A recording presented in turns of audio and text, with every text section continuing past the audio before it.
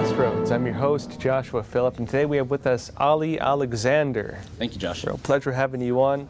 He is the publisher of Culttture, and he's also done quite a bit of other work, and here to talk to us about kind of the importance of information and how it impacts every part of our lives, and how the balkanization of information we're seeing right now is in some ways dangerous, I think, but a phenomenon I think we need to really bring out and talk about. But first, let's talk about some of the work you've done. I know you've been really active in politics. You do a lot. You do philosophy. Try. You name it. Yeah. So tell us about some of your work first. So I got started professionally in this business, whatever this business is, when I was 22. So since 2007, I've been working on campaigns, PACs, issue advocacy. And, in this time in American politics, it means I saw, the pre-party, which was post-Bush, the Tea Party, the blogosphere grow, and then the independent blogosphere die, the conservative blogosphere get funded, and now social media influencers, and the age of Trump.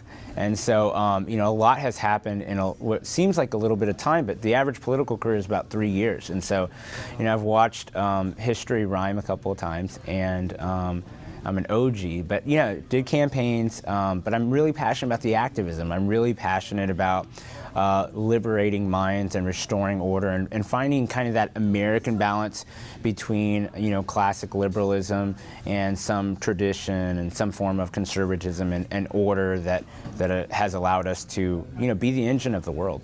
Interesting. And I know you were one of the early adopters of Twitter, yes, which is kind of what you're probably Yeah. real well known for. Yeah. Tell us about what you saw in it that made you really jump on it like you did. I saw direct access. I think I first became popular for my views on MySpace. And so, the John McCain campaign, reached out and asked me to do some outreach with bloggers.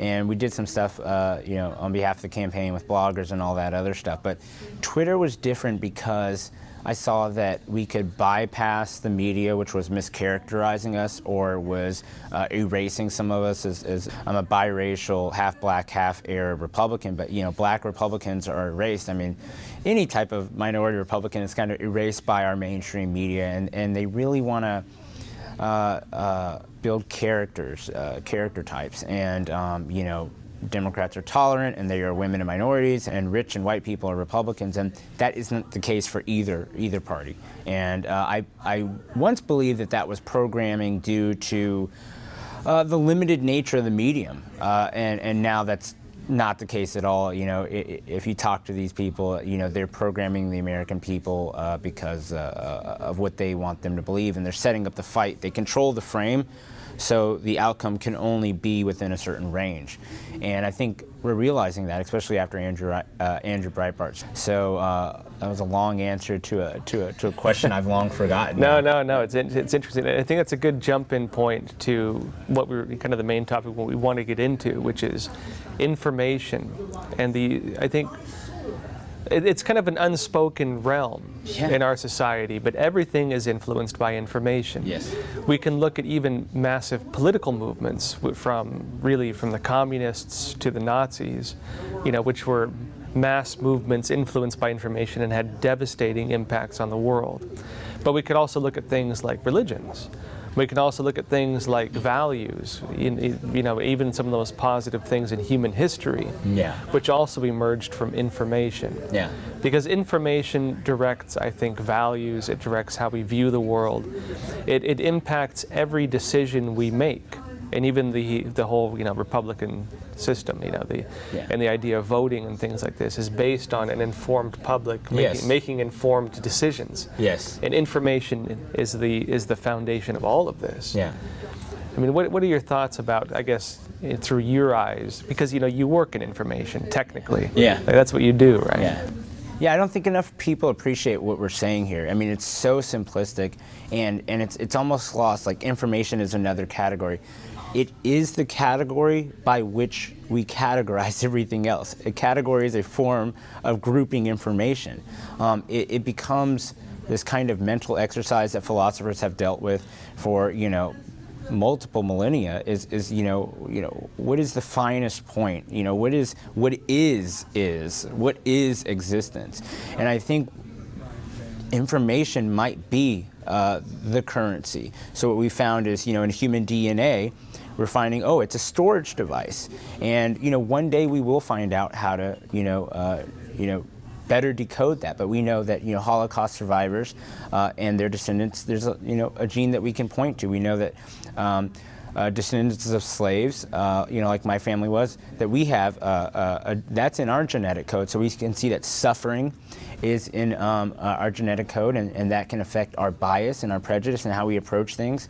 And, should that informed prejudice or that bias or opinion, how should that govern society, And so I think that we're about to tackle a really philosophical question, because not only are we conscious beings who are aware of something and can observe something, but we like to push it and poke it and characterize it. And I call it the ESPN analyst. Is you have the game, you enjoy the game.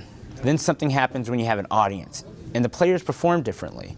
Then something happens when you add money into it, and soft drinks. And now ESPN analysts are analyzing the game. What happens then is that the player starts listening to the analyst on his game and changes his game. So who's in control of the game? Is it the player who's in the simulation? Is this analyst a simulator? Or is there some type of hive mind or whatever that's governing the entire thing, or something else? And so I think that when my late friend Andrew Breitbart said the media is everything, I didn't appreciate that as much when he was alive as since he has passed, and uniquely in the age of Trump. And Trump gets that, and Trump is willing to get in the gutter and play their game and add adjectives that they don't like, and titles that they don't like, and characterize them and shape them, and then use repetition, which, the Marxists, I think that Lenin, second to Jesus Christ, is probably the most influential person who ever lived. And I think because he got marketing for what it was. And that is something that is probably more powerful than our consciousness. And that's saying something, because our consciousness is probably capable of everything. Well, and that ties into something very interesting, because whether it's Jesus, whether it's Marx, and not to compare them by any means, of course. In terms of influence. But in terms of influence, in terms of how their ideologies went to change the world, I think there's something to think about there. Yeah. Of course, again, I don't want to in any way compare Marx to Jesus, because I think he was a horrible person. And I think Jesus had a very good impact. You're talking about a quantitative assessment, the significance. Germany's Hitler has affected the world. It's affected the speech of Americans. The swastika, that symbol, that sacred symbol, that sacred Eastern symbol, cannot be used in Western societies for its purpose. I mean, to think that you could retool information to have a qualitative perspective that's the opposite of what it was founded on, who is in control? And so what we find out is that the mainstream media is in control. And so right now there is a balkanization happening because people are finding out that the wizard, is behind the machine. And they're finding out the emperor has no clothes. And so if they can do it, then we need to do it. And then people are trying to assess, well, is that moral? Is that good? Will that build a better society? And we don't know. That's the fascinating part of where we're venturing as a human species. And but it's really interesting to see the governments that get this, and governments that are willing to use create events, have those events covered a certain way to affect policy or the population. And we all thought, okay, that's what governments do against governments. Then we found out it's what governments do against foreign populations. Now we're considering that might be what governments do on domestic populations. And as we answer this over the next decade, I think that there's upheaval that we haven't seen since the American Revolution, and then the revolutions that were spawned from those, ominous words, "we the people," and kind of saying we would take control of the information, and we would decide, what is good and what the limitations are, and it wouldn't be dictated to us. Well, this is very interesting, and we can look at the development of information and the manipulation of information throughout history. Yeah. So we can go back to look. We could say the old world world was, the general outlook and the understanding of the world was dictated, you could say, by religion and by morality. It was by the cultural stories that were told within every culture, things that were unique to each one, and that shaped their worldviews, the way they interpreted not just reality itself, but the meaning of life and the purpose of what we're doing here, right? Christianity, of course, was one that spread very widely. There were others as well, Buddhism, and so on. But Marxism, when it came about, was also a metaphysical. It was an idea of metaphysics and ontology. We've talked about this on the show before. In other words, it was a theory on the nature of life and the purpose of existence. Yeah. It's mistaken, I think, as just an economic theory, mainly because Marx was terrible at economics. Yeah. And of course, the economists just debated him very hard on that, and that was where the debate kind of ended. Was stuck. Right. Because that was the one point that Marx couldn't really hold. He couldn't really hold water when it came to economics and sociology. And so, it got stuck in that level of debate, when in reality, in its origin, it was a theory on the nature of existence and a retelling of the history of humanity. Yeah. And so you have people who have come to believe in this idea of materialism. And at the time of Marx, he, of course, built his ideology based on Hegelian dialectic, that being also a materialist, ideology. Yeah. Interpreting the nature of life as kind of being the negation of the negation, this social evolution concept, the idea that, the plant emerges from the destruction of the seed, and so thus the destruction of existing institutions will lead to the creation of something new, basically. And in other words, so this idea, this social movements built around destroying the old world and the old morality are what guide a lot of socialist movements, and people these days don't realize that is what guides them. It is an ideology that is a rebellion against moral order and social order as it has always been. Yeah. Right? And so they don't understand that is the foundation of their ideology. The information that guides their actions. And there were, of course, several iterations of, different strands, I guess we could say. There was the takeover of the media by the, centralized banking industries, then later by the big corporations, which, serve various political interests on that ground. There was guys like Edward Bernays in the early 1900s who wrote propaganda, and his book guided, first of all, advertising and marketing, and then later politics. And so people are being manipulated in terms of information from multiple different standpoints, and this is informing the way they interpret reality and the purpose of existence.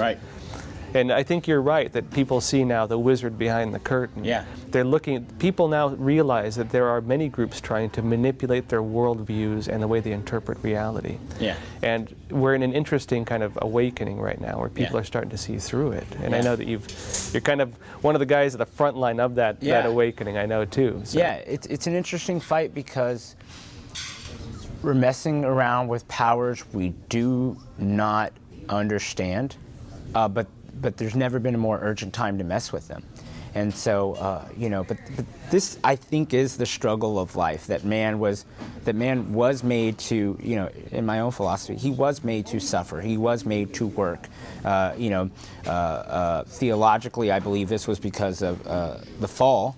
But inherently, just biologically speaking, it seems that we need to be active human beings in order to live, in order to keep going. That activity breeds activity. And so it's really fascinating to see, I don't know where this will end up. I know that I owe it to the fight. And I know that there are other groups of people, you mentioned the Marxists, who have gotten it before us. And it really is interesting what you're talking about, because I say my opponents are part of a culture of death. And I can characterize the politics of my side, which is a coalition of folks that don't always agree with each other. But, I happen to be pro-life. I see abortion as death. I happen to be a pro-technology, so I'm for GMOs, especially feeding the third world. I myself would like more organic food. And one day, maybe the world can enjoy that. But it is funny that the science worshippers, the science absolutists, who rely on faux science, pseudoscience, are now anti-GMOs, which would only hurt poor people. And so, or the carbon tax, which would mean a mass migration of the lower middle class and the lower class to southern climates, which would change, the electoral map. So it never seems that this culture of death, which I think is if you watch the movie Elysium, that is what they are designing. You're seeing the gutting of the California middle class, because I think it's going to be like the first proxy state for China. It's like, okay, what do these elites do, and what do the laborers do? And this middle class will go into Montana, and they will go into Idaho. It will change the voting patterns, and it'll ultimately change the world. And so what it means is that someone has designed this, and they have designed it well, and it is the Marxists. They got language. Then they get media, which is the dissemination of information based off of language, and then that will breed our actions. And so I think we're watching something. I think in the Western tradition, just to riff off you more, is that America was founded essentially on liberalism, that an individual might pursue his means, it'd be cool if he honored God, but he didn't have to. And not enough conservatives want to acknowledge this. But the cool thing about the Western tradition of liberalism originally is that it recognized a limitation. Still work with the majority, still work within a consensus, protect minority rights, don't protect minority interest, protect minority rights.